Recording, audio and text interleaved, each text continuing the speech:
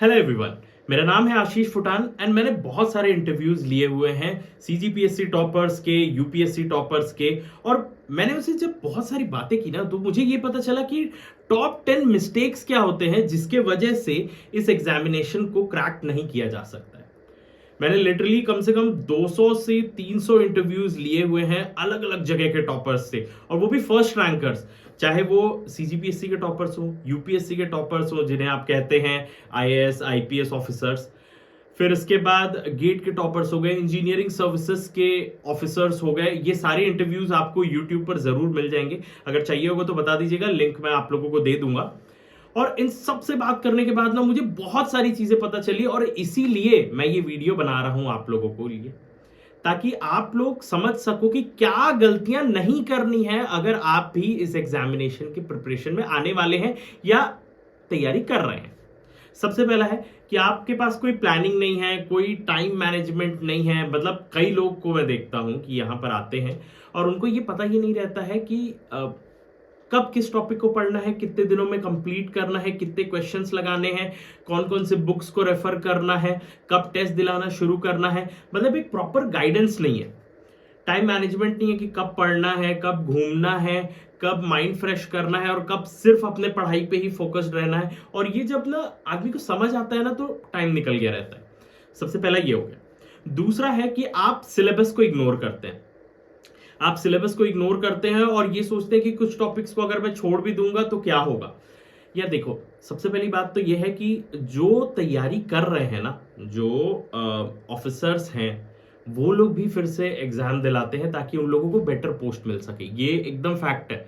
आप बात करिएगा, जो भी ऑफिसर नायब तहसीलदार बने रहते हैं या डीएसपी बने रहते हैं, उनमें से कई हैं जो तैयारी करते रहते हैं ताकि वो डिप्टी कलेक्टर बन सके। तो आपका उनके साथ कंपटीशन है यार, जो ऑलरेडी एक बार पढ़ चुके हैं। आपको बेस्ट ऑफ द बेस्ट होना, आपको सारी चीजें कंप्लीट करनी है, जितना भी आपका सिलेबस है। कोई भी ऐसी चीज नहीं होनी चाहिए जिसे आप छोड़ दो। थर्ड पॉइंट है कि आपका पूरा डिपेंडेंसी कोचिंग के ऊपर। उठे 7 बजे गए कोचिंग, आए 1 बजे, फिर उसके बाद नहीं पढ़ना है। ये सबसे बड़ा मिस्टेक, और ये कई लोग करते हैं। आप अपने आसपास ही देखिएगा, सिर्फ कोचिंग जा रहे हैं, वापस आ रहे हैं, प्रैक्टिस नहीं कर रहे हैं, देख नहीं रहे हैं कि क्या लिखा हुआ था, रिवीजन नहीं कर रहे हैं। और ये सबसे बड़ा रीजन होता है जिसके वजह से आप इस एग्जाम को क्रैक नहीं कर पाते। तो आप लोगों को ये नहीं करना है। फिर इसके बाद है फोर्थ, कि आप करंट अफेयर्स को नेग्लेक्ट कर रहे हैं, न्यूज़पेपर को नेग्लेक्ट कर रहे हैं। कई लोग ये सोचते हैं कि लास्ट में जो मैगजीन आएगा उसको देख के हम लोग खत्म कर लेंगे। नहीं यार, रेगुलर एक आदत बनानी पड़ेगी। आपको शुरू से एक ऑफिसर की तरह बिहेव करना पड़ेगा। तो क्या करना है, आप लोगों को इस बात का ध्यान रखना है कि रेगुलर न्यूज़पेपर देखो। कोई भी एक इशू है वो बार बार रिपीट होता रहता है। जितने बार रिपीट होगा आपके दिमाग में आता रहेगा वो, फिर आपको उसे रटने की जरूरत नहीं पड़ेगी।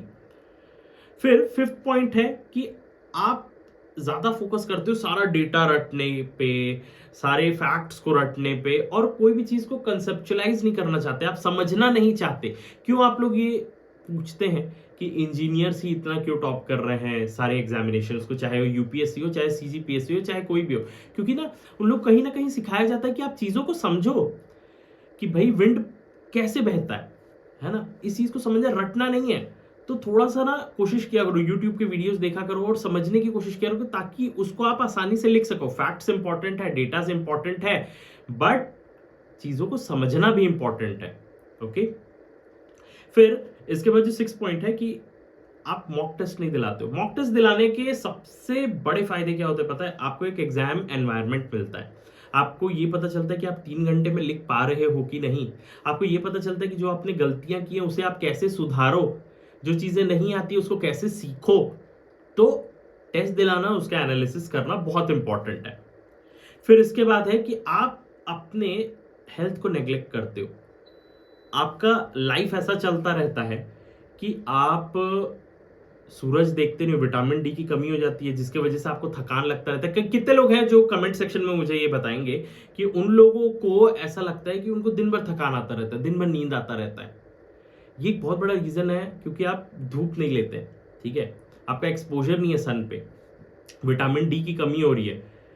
फिर एक्सरसाइज नहीं करने की वजह से स्ट्रेस होता है, ये एक्चुअल फैक्ट है। मतलब कई ऐसे हार्मोन्स निकलते हैं जब आप एक्सरसाइज करते हो जिसके वजह से आपका स्ट्रेस रिड्यूस होता है। तो हेल्थ पे ध्यान देना है, भले 10 मिनट, भले 1 घंटा, भले आधा घंटा, पर देना है।